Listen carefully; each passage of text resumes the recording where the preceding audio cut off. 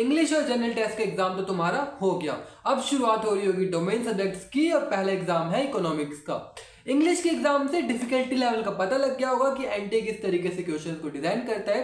Class 12 में majority चीजें तुमने पढ़ तो रखी है जब हम बात करते हैं डोमेन सब्जेक्ट्स की, बट डिफिकल्टी यहां भी होगी जिसको तुम नजरअंदाज बिल्कुल नहीं कर सकते। और मैं बात करूं अगर इकोनॉमिक्स में तो Indian economics, macro economics, micro economics, ये तीनों पार्ट साल 2022 और साल 2023 में जब सीयूईटी हुआ था तो उस ट्रेंड के बेसिस पे साल 2024 में जो सीयूईटी होगा इकोनॉमिक्स का, जितने पॉसिबल वैरायटी के क्वेश्चंस होते हैं इस वीडियो में पूरा कवर करने की कोशिश करूंगा। ये वीडियो तुम्हारे लिए इंपॉर्टेंट है तो लास्ट तक बने रहना, कोई भी पार्ट इसका बिल्कुल भी स्किप मत करना।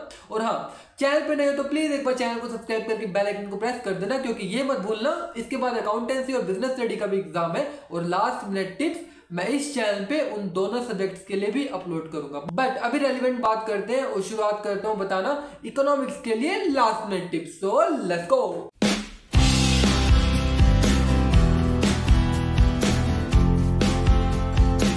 जैसे कि मैंने तुमको पहले बताया, इकोनॉमिक्स में Indian economics, micro economics, macro economics, ये तीनों पार्ट इक्वली इंपॉर्टेंट है, किसी को तुम छोड़ नहीं सकते हो।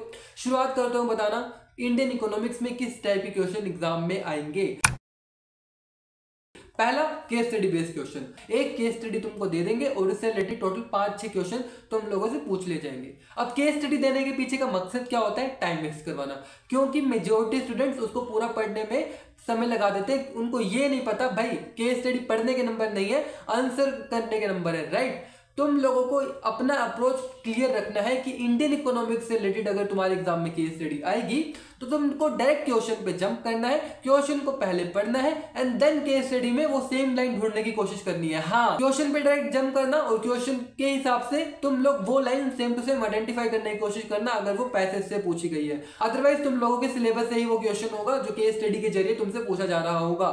बट प्रायोरिटी बेसिस पे इस टाइप के क्वेश्चंस को पहले ही कर लेना, लास्ट के लिए बचा के मत रखना। हम बात इंडियन इकोनॉमिक्स की कर रहे हैं और ये कैसे भूल सकते हैं कि टेबल इंटरप्रिटेशन बेस्ड क्वेश्चन भी इंपॉर्टेंट है।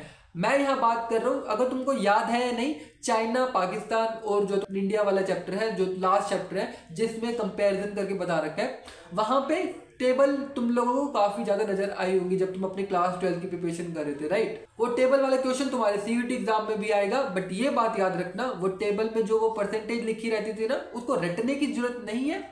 तुम लोगों को डाटा इंटरप्रिटेशन बेस्ड क्वेश्चन पूछे जाएंगे सीयूईटी के एग्जाम में। हाँ, तुम लोगों से एग्जैक्ट परसेंटेज नहीं कोई पूछेगा कि हाँ भाई इस सेक्टर ने कितनी ग्रोथ करी थी चाइना में या फिर इस सेक्टर ने कितनी ग्रोथ करी थी इंडिया में। तुम लोगों को वो टेबल दे देंगे एग्जैक्ट एग्जाम में और उसके बेसिस पे पूछेंगे कि इस कंट्री ने दूसरी कंट्री की कंपैरिजन में कितना ग्रो किया। इस टाइप के क्वेश्चन होंगे और डाटा इंटरप्रिटेशन बेस्ड क्वेश्चन की तुमको प्रैक्टिस होनी चाहिए। एग्जामिनर से पहले ही रफ शीट मांग लेना ताकि कैलकुलेशन वर्क में तुम लोगों से कोई भी मिस्टेक ना हो। मैं वापस रिपीट कर रहा हूं, टेबल वाला क्वेश्चन एग्जाम में आएगा इंडियन इकोनॉमिक्स से, बट उस टेबल के परसेंटेज या फिर नंबर्स को रटने की जरूरत नहीं है।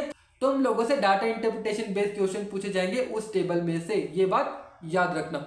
भैया इकोनॉमिक्स में हिस्ट्री, मेजर इवेंट्स, डेट्स, वो सब तो दिमाग से फेड हो रहा है, रिवाइज कहां से करें जरा इसके बारे में बता दो। लास्ट मिनट टिप्स है तो उस पार्ट को भी मैं कवर कर लेता हूं। डिस्क्रिप्शन बॉक्स में ऑलरेडी मैंने एक पीडीएफ की लिंक शेयर कर रखी है जहां से तुम चैप्टर वाइज एनसीईआरटी की इंडियन इकोनॉमिक्स में जितना मोस्ट इंपोर्टेंट डाटा है, मेजर इवेंट्स है, सारे के सारे उस पीडीएफ में मेंशन है। प्लीज मेरी हाथ जोड़ के रिक्वेस्ट है, आज के दिन बैठ के तुम लोग उस पीडीएफ को चाहे ऊपर से पढ़ लो, एक बार रिवाइज कर लो, बट उस पीडीएफ में जितना डाटा, जितने मेजर इवेंट्स वहां पे हाईलाइट हुए पड़े हैं, उन्हीं में से एग्जाम में तुम लोगों से क्वेश्चन पूछा जाएगा।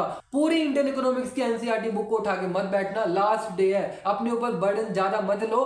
तुम लोगों के साथ जो डिस्क्रिप्शन बॉक्स में एक समरी बना के मैंने बहुत ही कम पेजेस में सारा डाटा जो अरेंज कर रखा है, वो पीडीएफ अभी इस टाइम पे क्रूशियल है, उसी से ही रिवाइज करना रिक्वेस्ट है मेरी तुम लोगों से। और हाँ, ये पीडीएफ शेयर करिए तो एक रिमाइंडर की तरह बता रहा हूं, वापस चैनल को सब्सक्राइब कर देना प्लीज। और अगर मैं बात करूं मैक्रो इकोनॉमिक्स की, जैसे ही एग्जामिनर तुम्हारे पास ओएमआर शीट लेके आएगा उससे उसी वक्त रफ शीट्स भी मांग लेना। ऐसा मैं क्यों बोल रहा हूं? क्योंकि मैक्रो इकोनॉमिक्स में तो न्यूमेरिकल क्वेश्चंस ही तुम लोगों को ज्यादा देखने को मिल सकते हैं। इस वजह से तुम बीच एग्जाम में परेशान ना हो, इसके लिए रफ शीट्स तुम्हारे पास रेडीमेड पहले ही रहनी चाहिए ताकि तुमको न्यूमेरिकल क्वेश्चन को सॉल्व करने में कोई भी दिक्कत बिल्कुल भी ना हो। और अगर मैं बात करूं न्यूमेरिकल वाले चैप्टर्स की, जो तुम्हारा नेशनल इनकम वाला चैप्टर है, ADAS, foreign exchange, balance of payment, तो प्लीज इन सभी में जितने भी फॉर्मूलाज मेंशन है उसको एक सेपरेट शीट पे लिख लो, ताकि लास्ट मोमेंट पे कहीं तुम पूरी बुक उठा के ना बैठो। एक फॉर्मूला शीट्स की हेल्प से ही सुबह सुबह उठ के तुम सारे के सारे फॉर्मूलाज ऊपर ऊपर से पढ़ लो। ये इंपॉर्टेंट है, क्योंकि बेसिक फॉर्मूला ही अगर तुम्हारे माइंड में नहीं हुआ तो क्वेश्चन जितना भी इजी आ जाए छोड़ के तो तुम ही आने वाले हो। और हाँ, केस स्टडी मैक्रो इकोनॉमिक्स से भी पॉसिबल है। बेसिकली क्या करेंगे, जो भी इंफॉर्मेशन, जो भी रिक्वायरमेंट होती है आपको क्वेश्चन को सॉल्व करने की, वो तुमको स्टेटमेंट बेस्ड तरीके से केस स्टडी में अरेंज करके दे देंगे। देन उस केस स्टडी के बेसिस पे तुमको क्वेश्चन के आंसर करने होंगे। इसके लिए एक हैक बता रहा हूँ, एक ट्रिक बता रहा हूँ, ताकि तुम लोगों का इजीली ये क्वेश्चन हो जाए। रफ शीट जो तुमने एग्जामिनर से ऑलरेडी मांग रखी होगी, उस रफ शीट पे जितनी भी मोस्ट इंपॉर्टेंट इंफॉर्मेशन है जो तुम उस क्वेश्चन से निकाल सकते हो, जो भी लगता है तुम लोगों को ये फिगर काम आएगा, इस फॉर्मूला में ये लग सकता है, तो उस केस स्टडी में से पहले ही सारी रेलिवेंट इंफॉर्मेशन उस रफ शीट पे लिख देना। देन क्वेश्चन पर आना और क्वेश्चन में जो भी पूछ रखा हो उसके हिसाब से फिर सॉल्व करने की कोशिश करना। मैं पहले ही बता रहा हूँ, अलग अलग क्वेश्चंस के लिए बार बार केस स्टडी पे जंप करोगे तो लैंग्वेज की वजह से कोई ना कोई फिगर मिस हो जाएगा तुमसे। इसी रीजन से सारे के सारे इंपॉर्टेंट रेलिवेंट इंफॉर्मेशन को तुम रफ शीट पे लिख देना उस केस स्टडी में से। और अगर मैं बात करूं मैक्रो इकोनॉमिक्स में थ्योरी पोर्शन की, तो प्लीज जिस भी चैप्टर में तुम लोगों को डाउट है उस चैप्टर की तुम वन शॉट वीडियो देख लेना। पूरी NCERT मत पढ़ना उस चैप्टर की। मैं इसलिए बोल रहा हूँ क्योंकि तुम्हारे पास टाइम कम है। तुम लोगों ने YouTube पे 12th में जिस भी टीचर से पढ़ा, मैं बात करूँ रजत अरोड़ा सर की, सुनील पांडे सर की या फिर पराग गुप्ता सर की, तुम उनके YouTube चैनल पे जाके वो चैप्टर सर्च करना मैक्रो इकोनॉमिक्स का एंड वन शॉट वीडियो की ही हेल्प लेना। और अगर अब लास्ट में मैं बात करूं माइक्रो इकोनॉमिक्स की, ये पोर्शन लास्ट के लिए इसलिए बचा के रखा था क्योंकि इससे क्वेश्चन कम एक्सपेक्टेड है, जस्ट बिकॉज सिर्फ 2 ही यूनिट है जो सिलेबस में NTA ने मेंशन कर रखी है। इससे रिलेटेड क्वेश्चंस को अगर तुम एग्जाम में छोड़ना चाहो तो छोड़ भी सकते हो, बट ऑन कंडीशन कि तुम लोगों को इंडियन इकोनॉमिक्स और मैक्रो इकोनॉमिक्स ऑलरेडी अच्छे से पक्का हुआ पड़ा है। बट अगर तुम लोगों को लगता है कि माइक्रो इकोनॉमिक्स भी तुम लोग लास्ट मोमेंट पे कवर कर सकते हो, तो डिस्क्रिप्शन बॉक्स में ऑलरेडी मैंने कुछ वीडियोस की लिंक दे रखी है जो तुम्हारे लिए रेलिवेंट है। अगर इस टाइम पे कवर करना चाहते हो तो काफी छोटे छोटे वीडियोस हैं। मैं वापस बता रहा हूँ, 2x पे करने की कोशिश करोगे तो शायद 1 घंटे में हो भी जाए। बट माइक्रो इकोनॉमिक्स के भी क्वेश्चन न्यूमेरिकल वाले जो हैं उनको सोल्व करना तुम लोग स्पीड के साथ एक रफ शीट एग्जामिनर से पहले ही लेके रखना, जैसे मैंने तुम लोगों को बताया। बट वेट, इतना सब कुछ करने के बाद एक मॉक पेपर जरूर लगाना। डिस्क्रिप्शन बॉक्स में मैंने तुम लोगों के साथ पास्ट ईयर क्वेश्चन पेपर्स, मैं अगर बात करूं स्पेशल इकोनॉमिक्स के लिए, साल 2022 और साल 2023 में NTA ने जिस तरीके से क्वेश्चंस पूछे थे, मैंने डिस्क्रिप्शन बॉक्स में ऑलरेडी एक ड्राइव लिंक के जरिए तुम्हारे साथ वो सारे पेपर्स शेयर कर रखे हैं। तो प्लीज उन सभी पास्ट ईयर क्वेश्चन पेपर्स में से एक पेपर जरूर सोल्व करना, ताकि एट द एंड तुम लोगों की स्पीड भी मेंटेन हो जाए और तुम लोगों को समझ आ जाए कि पेपर को टाइम पे कैसे खत्म करना है। मोस्ट इंपॉर्टेंट है, इकोनॉमिक्स में कोई भी क्वेश्चन तुम लोगों से छूटना नहीं चाहिए।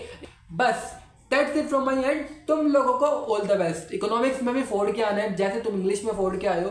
और हाँ, ये बात याद रखना, अकाउंटेंसी और बिजनेस स्टडी का एग्जाम भी बाकी है जनाब, उनके लिए भी इस चैनल के ऊपर वीडियो अपलोड करूंगा। तो प्लीज उन वीडियोस की सबसे पहले नोटिफिकेशन चाहिए तो चैनल को सब्सक्राइब करके बेल आइकन को प्रेस कर देना। और हाँ, इतना सारा फ्री मटेरियल ऑलरेडी इस वीडियो के जरिए तुम लोगों तक पहुंचा दिया, उसके चलते एक फीस समझ लो, बट चैनल को सब्सक्राइब करके जाना। अब वीडियो के लास्ट में आ चुके हैं, तो हर वीडियो के एंड में क्या है, इस वीडियो के एंड में भी बोलूंगा, थोड़ा सा इंतजार और कर लो। इतना इंतजार कर ही लिया है, कमेंट सेक्शन में एक हैशटैग और डाल देना, हैशटैग दिल्ली दूर नहीं। So see you all in the next video. This is Jitin Kumar signing of.